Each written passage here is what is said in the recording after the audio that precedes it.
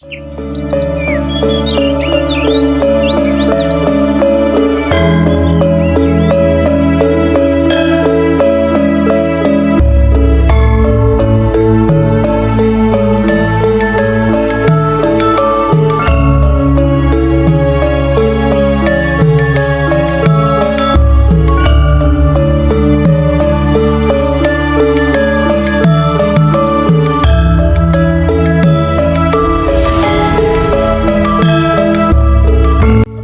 antara ribuan situs di Trowulan, Mojokerto, satu bangunan menonjol karena kemegahan bangunannya yang ketinggiannya hampir 26 meter. Bangunan ini adalah Candi Brahu. Situs ini bukan hanya peninggalan Jawa, tetapi juga menjadi perpaduan transisi kebudayaan Majapahit. Ingin tahu lebih lengkapnya? Yuk ikutin kita semua.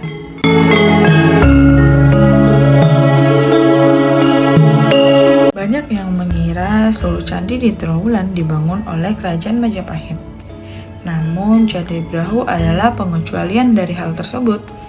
Berdasarkan prasasti Alasantan yang ditemukan tak jauh dari sini, candi ini dibangun pada tahun 939 Masehi oleh Raja Empu Sendok dari Kerajaan Medang Gemulan.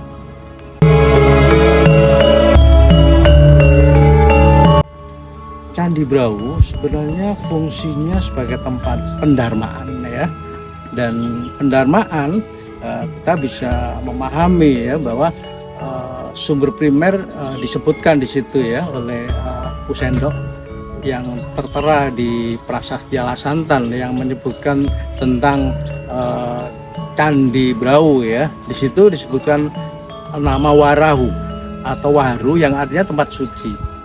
Kemudian dengan pengembangan, dengan berjalannya waktu ya, pemahaman lebih ke substansi bahwa Candi Brahu ini masyarakat selalu menyebut Brahu begitu ya. Nah, ternyata pemahamannya abad 19 ini Brawijaya itu abu. Tapi yang jelas apapun yang diwariskan moyang kita ya, yang memang harus kita hormati, kita hargai ya, sebagai motivasi kita untuk ke depan ya, tentang pemajuan kebudayaan. Melihat fisiknya, Candi Brahu memiliki tinggi mencapai 25,7 meter dan menghadap ke arah barat laut. Berbeda dengan candi di Jawa Tengah yang dominan menggunakan batu andesit, Candi Brahu dibangun menggunakan jutaan balok bata merah yang direkatkan dengan teknik gosok atau sistem lipatan tanpa semen. Secara arsitektur, candi ini berlatar belakang agama Buddha. Struktur tubuh candi yang berlekuk dan puncaknya yang mulai berbentuk stupa menandakan bahwa ini adalah tempat pemujaan atau tempat peribadatan umat Buddha pada zamannya.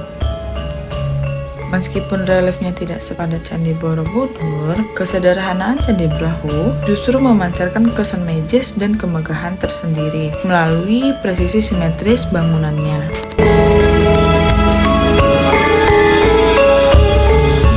Candi Brahu ini dulu era sebelum COVID ya, ini memang di saat acara Waisak, detik-detik Waisak itu dilakukan ya, dilaksanakan di Candi Brahu ini.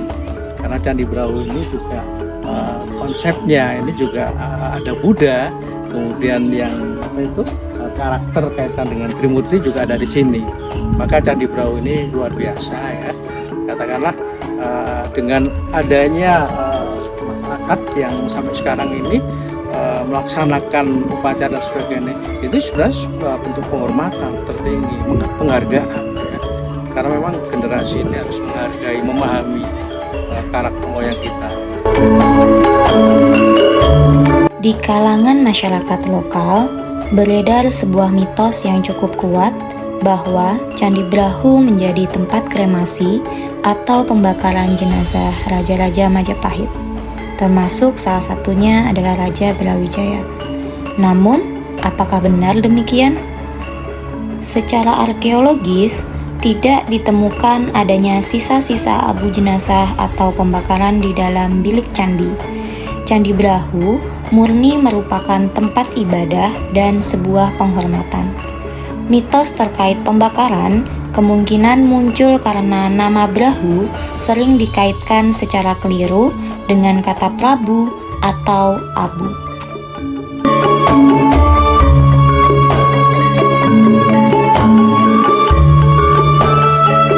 Kini, setelah melalui beberapa tahap pemugaran oleh pemerintah, Candi Brahu bisa berdiri dengan anggun di tengah taman yang tertata rapi. Ia menjadi destinasi edukasi dan spiritual yang magnetis bagi wisatawan domestik hingga ke mancanegara.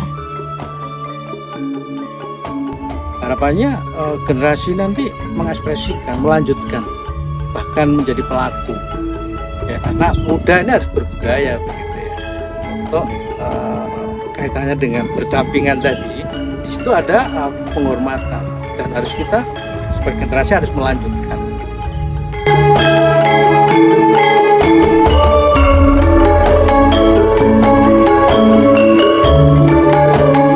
Selain letaknya yang sangat strategis, Candi Brahu juga menjadi cagar budaya nasional Indonesia. Dan selain tempatnya yang luas, di sini juga sangat asri.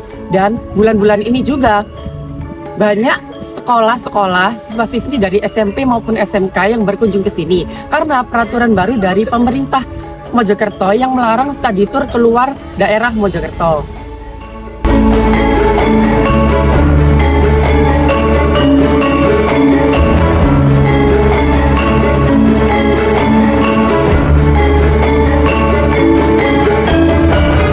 Kita semua sudah memahami terkait Candi Brahu.